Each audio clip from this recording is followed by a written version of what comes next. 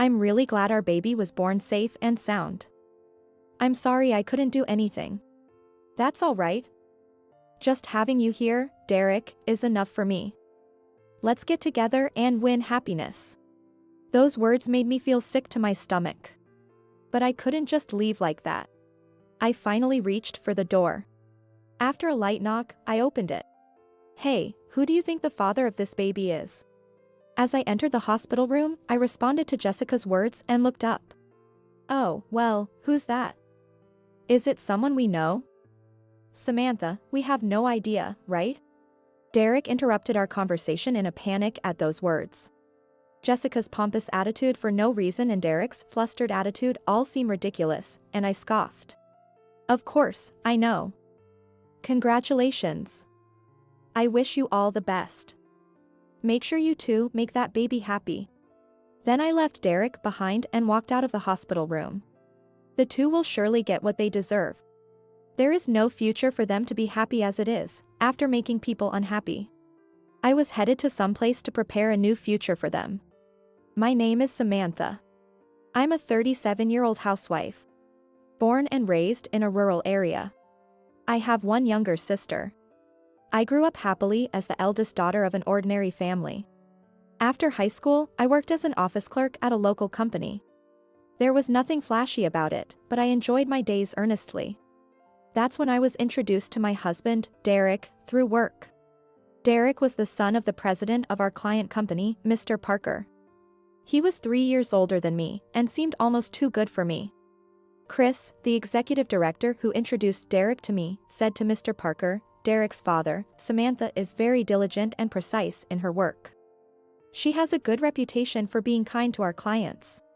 If Chris, who seldom praises anyone, says so, she must be a wonderful young lady. My father-in-law, John, liked me from the first time we met. Derek also took a liking to me, and we started dating, leading to our marriage when I was 33. I quit my job and became a housewife. Everyone celebrated our union. However, there was one person who felt differently. That was my sister, Jessica. Jessica, 10 years younger than me. My much younger sister was the long-awaited second child born after my mother, Sue, underwent fertility treatments. Because of this, she was very much doted on and spoiled by the family. Of course, I also adored Jessica very much. I want to eat custard pudding. But this is your sister's. You had some yesterday, didn't you, Jessica? It's okay, I'm good. Let her have it. In this way, I often indulged her little whims since we were young. As a result, Jessica developed a personality quite the opposite of mine. She became good at being pampered. For better or worse, she grew up to be someone who always expressed her opinions clearly. I don't want to wear your hand-me-downs. They're ugly and I don't want to wear them. When she was in elementary school, she rejected my hand-me-down clothes, troubling our mother. Though we were a normal family, we were not particularly wealthy. I too wore mostly hand-me-downs, but I never complained, even if I didn't like them. It's not that I think Jessica shouldn't complain just because I didn't, but I do think it's important to learn to endure. It's not ugly. Sure, it's a bit dated, but it's still perfectly wearable. If I talked back even a little, she would even get sassy and say, "You don't even notice how lame your clothes are because you're a lame sister." Admittedly, I may not have been the most fashionable person. But I took good care of the new clothes I was occasionally bought and my mother kept them clean. Since I didn't care much for flashy things, my wardrobe consisted solely of basic items from versatile brands. I thought they were perfectly fine for Jessica to wear. But it must have been the mere fact that they were hand-me-downs that she disliked. Still, we were blood sisters.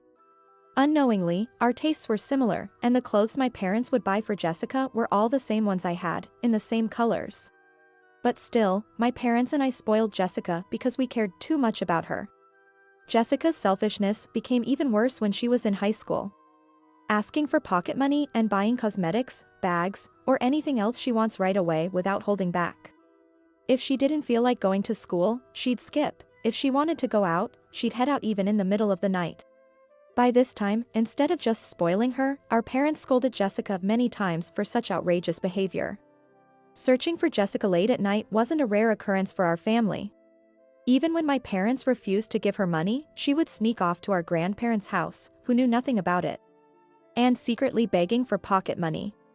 No amount of preaching or restricting her behavior would change Jessica's mind, who had been unrestrained since childhood.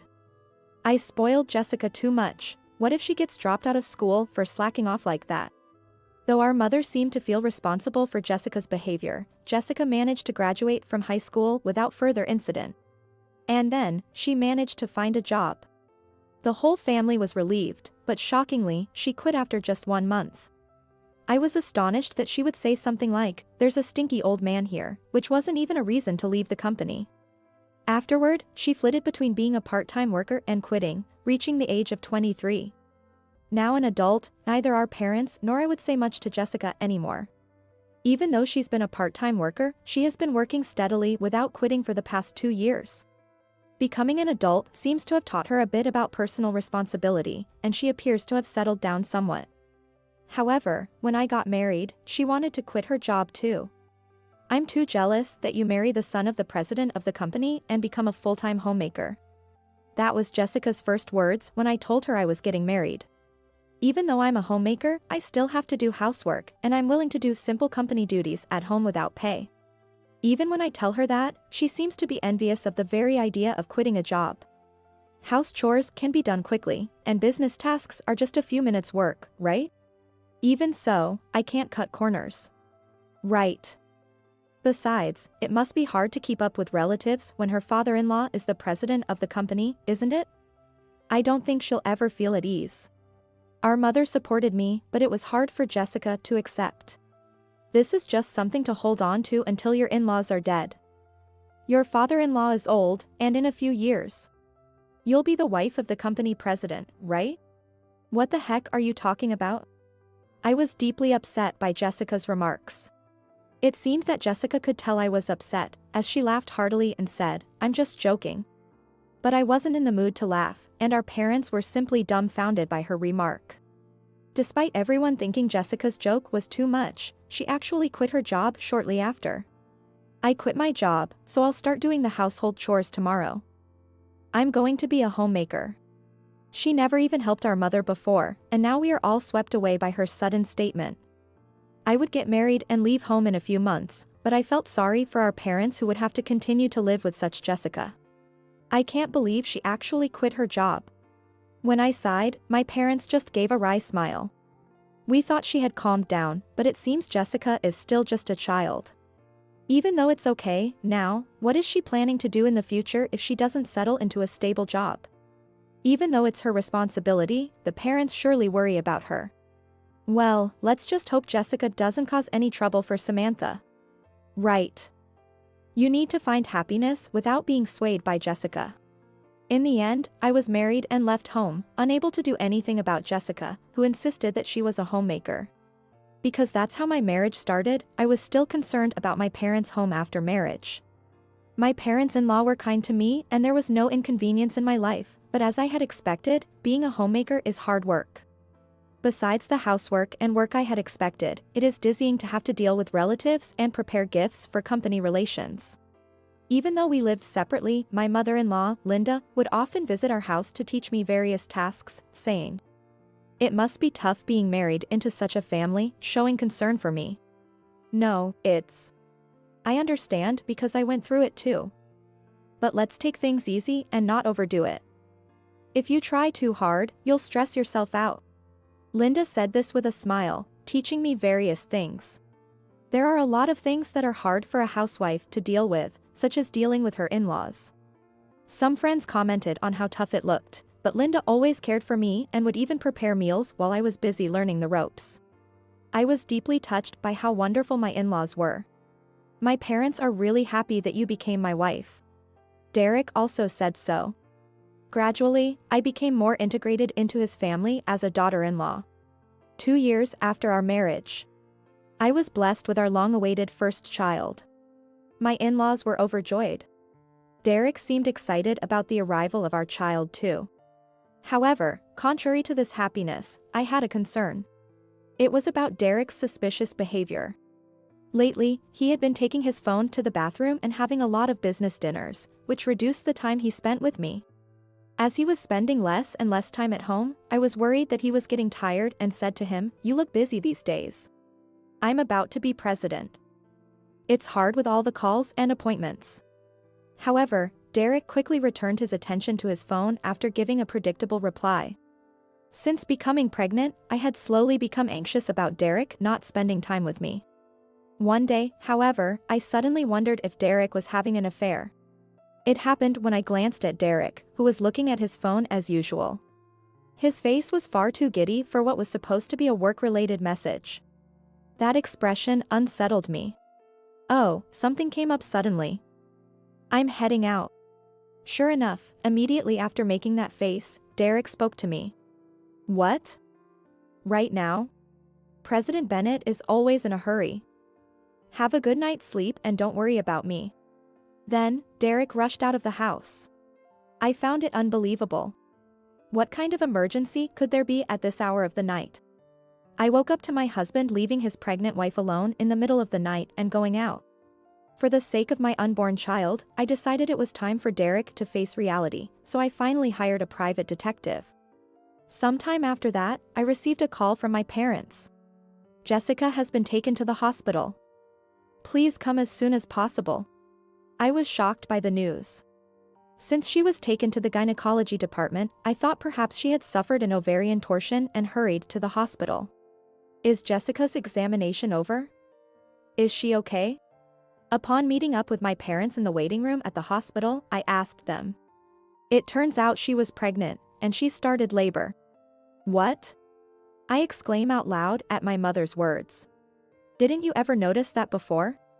Jessica had been going for checkups, but she didn't tell us anything about it. I didn't show much of a belly when I was pregnant, and Jessica didn't show much either, so I didn't even notice." I instinctively touched my own belly. Indeed, I'm not the type whose belly stands out much either. However, I wonder if it's really possible for people not to notice someone is full-term pregnant. It's too late to say anything about it now, though. After a while, I could hear the healthy cries of a newborn. My relief was short-lived, as now a different problem presented itself. It was about how to raise this child. Jessica, a self-proclaimed housewife who is single with no job. We don't even know who the father is. However, no one could say such a thing to Jessica, who had just given birth, so we went home that day after seeing the face of the newborn baby. Jessica had a baby. I told Derek when I got home that day. "Really? Wow, Jessica's a mom now." Derek said, surprised, but he smiled happily. "Can I visit her too? Why don't we go together this weekend? I only got a quick look at the baby today, so I plan to visit properly." "That sounds great. I'll try to rearrange my work," Derek said and immediately started fiddling with his phone. All that talk about rearranging work is just lies. But I'm hoping he'll see Jessica's baby and be changed. And then, on the weekend, Derek and I headed to the hospital where Jessica was admitted. Just as we were about to enter the hospital, my phone rang. It was from that detective agency. It wasn't good to answer the phone while Derek was with me. Hesitating for a moment, Derek spoke up. "Phone call? Is it okay if I go ahead?" He seemed excited to see the baby, and I was relieved. "Thanks, I think this call will be quick, so I'll be right there," I said, parting ways with Derek and answered the phone. The call ended and I headed to the hospital room in a depressed mood. Just then, I heard voices coming from inside. "I'm really glad our baby was born safe and sound. I'm sorry I couldn't do anything." "That's all right. Just having you here, Derek, is enough for me. Let's get together and win happiness." With the phone call I just got, those words made me feel sick to my stomach. But I couldn't just leave like that. Finally, I reached out, knocked lightly, and opened the door. "How are you feeling, Jessica?" "Samantha. Glad you're here." "Of course." Derek was holding the baby, looking very happy. "Sorry I gave birth first. How healthy and adorable is she? I wonder what your baby will be like." "Oh, yes." Jessica seemed to want to be on top of me. I was also annoyed at the way she said it, but I responded shortly so as not to be provoked. Then, perhaps offended that I was not upset, Jessica intensified her words and said, "Hey, who do you think the father of this baby is?" I reacted to her words and looked up. "Oh, well, who's that? Is it someone we know?" "Samantha, we have no idea, right?" Derek interrupted our conversation in a panic at those words. Jessica's pompous attitude for no reason and Derek's flustered attitude all seem ridiculous, and I scoffed. "Of course, I know.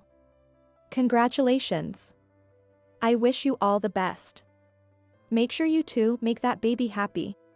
Samantha. "Well, I'm off then. Are you going to leave now?" "Oh, wait for me." Derek tried to chase after me in a panic, leaving the baby on the bed, but Jessica stopped him. "So, you knew all along. That makes things easier. Good for you, Derek." "Well, Derek was frozen, gripped by Jessica's hand on his clothing.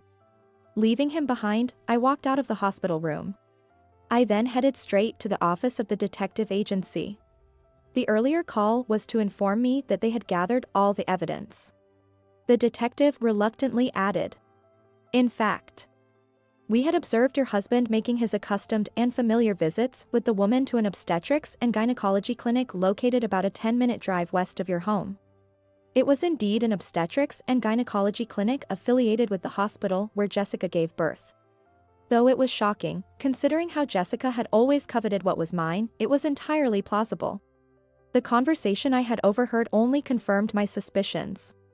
There was no doubt that Derek had been having an affair with Jessica. After receiving the evidence from the detective, I went straight to Derek's parents' house. Derek's baby is born." "Baby's born? What do you mean? You haven't even given birth yet?" They were puzzled by my words. "Yes, the baby was born, but it's not my child. Please take a look at this." I presented the evidence I had received from the detective. As they read it doubtfully, their faces quickly turned pale. After finding out everything, they were profusely apologetic to me. "We never imagined something like this could happen." Linda apologized deeply, in tears. "Please don't apologize. I don't want you two to apologize to me. But I can't forgive Derek. I think I'll be seeking a divorce. I get it. He made a wonderful wife like you unhappy, and really, we, as parents, cannot forgive our son. We are so sorry for you. We will do whatever we can to help." "Thank you." I felt from the bottom of my heart that I was lucky that my parents-in-law were the ones who understood me properly. The divorce seemed likely to proceed smoothly. After our conversation ended, their anger turned towards Derek. Really, what is Derek thinking? I'm going to call him right now. As soon as he said that, John started calling Derek. The moment the call was connected, John yelled loudly, "I've heard everything from Samantha. What's this all about? Come here and explain. You've got it all wrong, please listen to me." Derek sounded desperate on the phone. The voice leaking out of the phone is so pathetic that I chuckle, but my parents-in-law do not smile. "All right. We'll listen to everything you have to say, so get your ass over here." "I'm sorry. I'll be right there." His voice was almost tearful, like a scolded child. Imagining his demeanor, I smirked quietly. Not wanting to face Derek, I went home afterwards. I immediately started packing. This house was a wedding gift from John. And Linda had furnished it for me. Though I was divorcing and moving out, I didn't want Jessica to take away the gifts from my in-laws. Upon expressing my feelings, my in-laws said, "Of course. We gave you that house and furniture because it was for you, Samantha. But I understand if you don't want to live there. We have a condo closer to the station, you should move there for now." "Thank you." Then, my in-laws quickly arranged for a new place and movers for me, and I moved out right away. Derek seems to be grounded at his parents' house, not even allowed to go to work. Linda keeps me updated on his situation. About a week later, I finally received a call from Derek. "Samantha. I finally managed to call. Mom took away my phone." "What do you mean you want a divorce?" "I mean it as it is. How can I stay married when you have a baby with another woman? It was just a fling with Jessica." I never expected her to get pregnant. Anyway, I'm on my way home now, let's talk this through. Don't go out. Stay there. Derek hung up in a panic, but I couldn't help but laugh. I had already moved out. Where exactly was he heading? Sure enough, a few minutes later, Derek called again. What do you mean there's no house? I answered, laughing at his foolish voice. The house has been sold.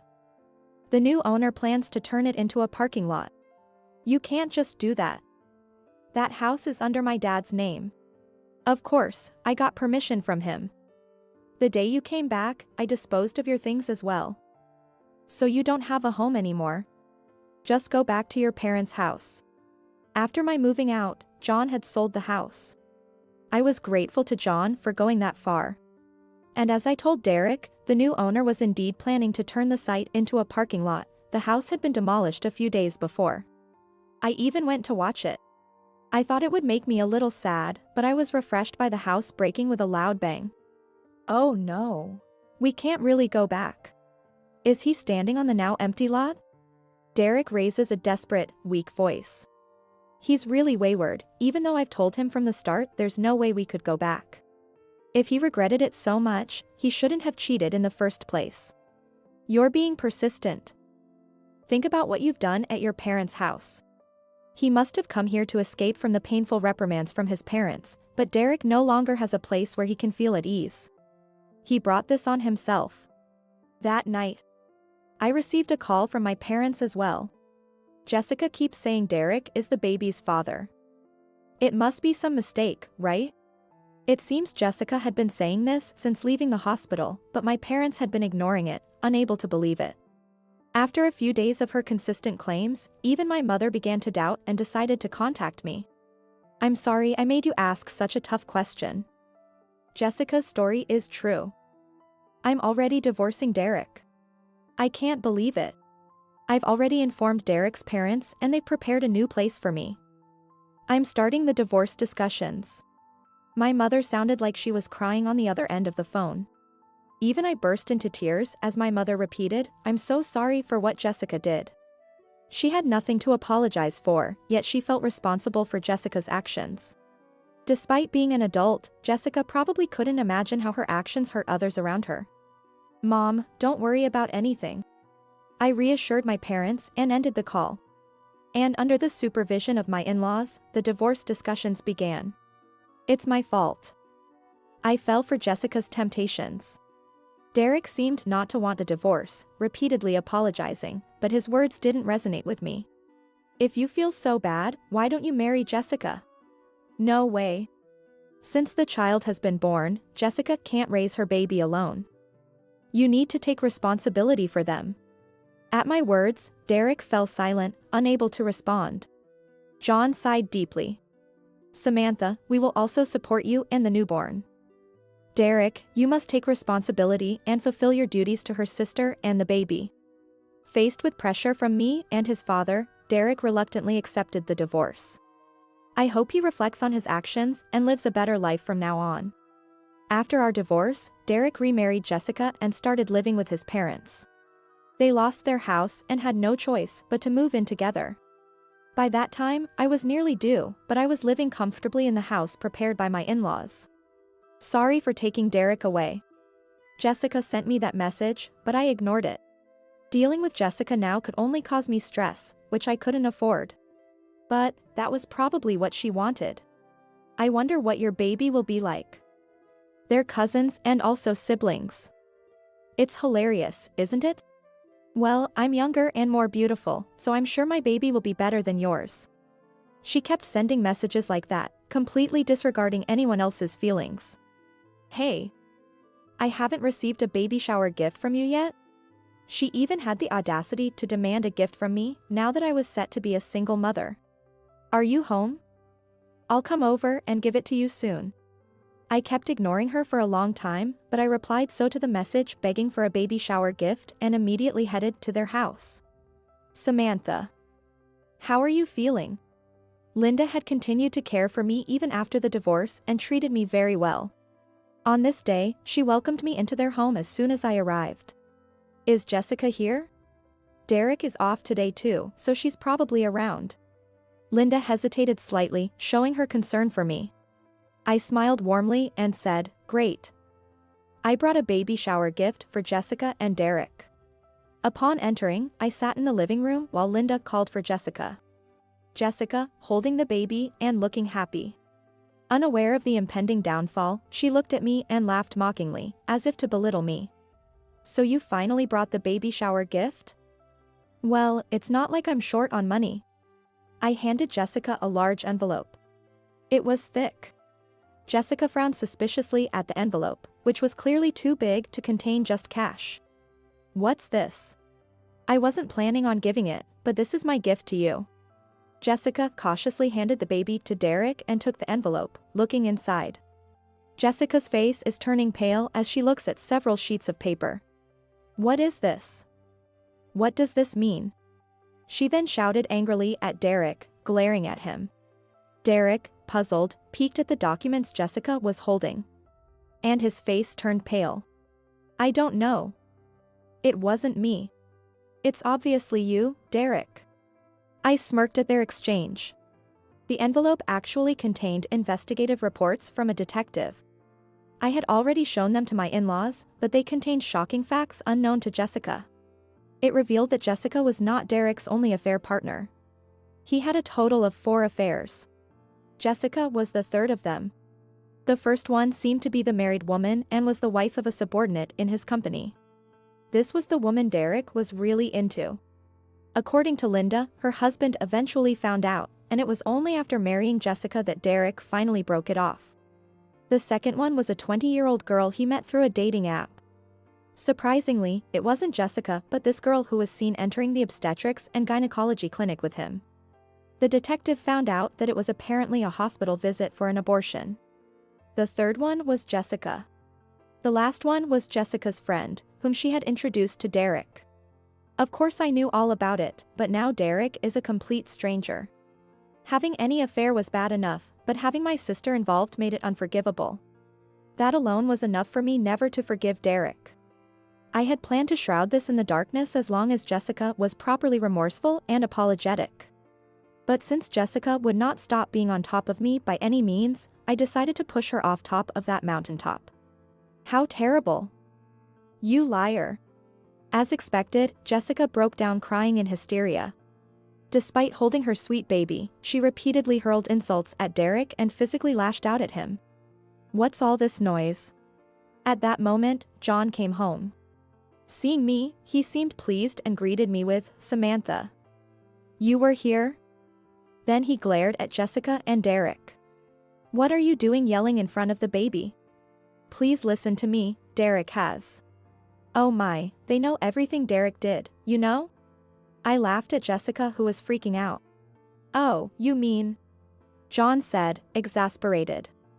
"After all, it happened before you married Jessica, and you're no different, having abetted infidelity. Do you even have the right to blame Derek? I think only Samantha has the right to blame him." Jessica bit her lip in frustration, knowing her in-laws were not on her side. "Also, I've arranged a new home for the 3 of you to live in." "Really?" Despite her fury, Jessica's eyes lit up at John's words. "I've negotiated to get the rent down to $800 a month. I got a $30 discount because the apartment is owned by a friend of mine's company.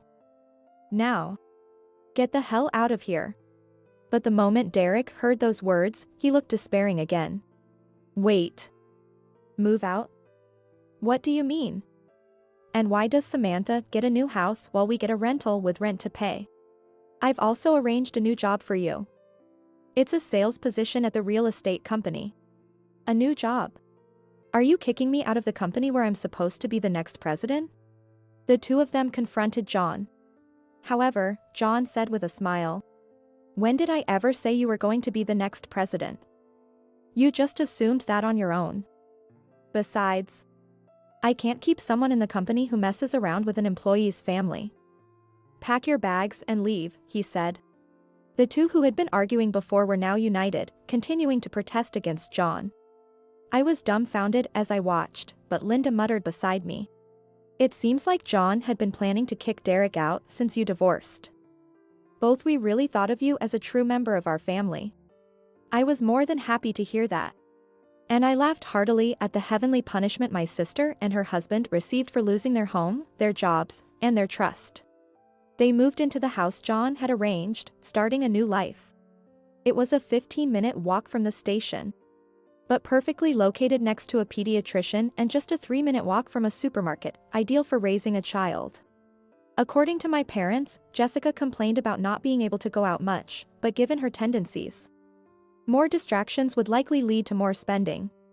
I hope they would do their best raising their child in the home John found for his grandchild. Totally whipped by Jessica, Derek feels out of place while working as a salesperson for the real estate company. Interestingly, this company seems to be run by the family of the subordinate Derek had an affair with. I don't know if the company is aware of Derek's deeds, but I'm sure he must feel uncomfortable at work. Moreover, with her husband's income significantly reduced, Jessica will not be able to live the elegant life she had hoped for. It's a life neither Jessica nor Derek had ever imagined, but it's the situation they've brought upon themselves. No matter what happens, I hope they just make their child happy. Afterwards, I gave birth to a healthy boy. Both my in-laws and my parents adore him. Although the family ties with my in-laws have been severed, I still live in that apartment, maintaining contact with them. My job is remote work for John's company, which I have been doing without pay. Now, as a paid employee, I earn enough to raise my child on my own. I may have been plain, but I've always valued people and acted with integrity. I believe that this is the result of that. I didn't have a good husband, but I was blessed with a very adorable son. I am truly grateful for the opportunity to work from home while raising my child.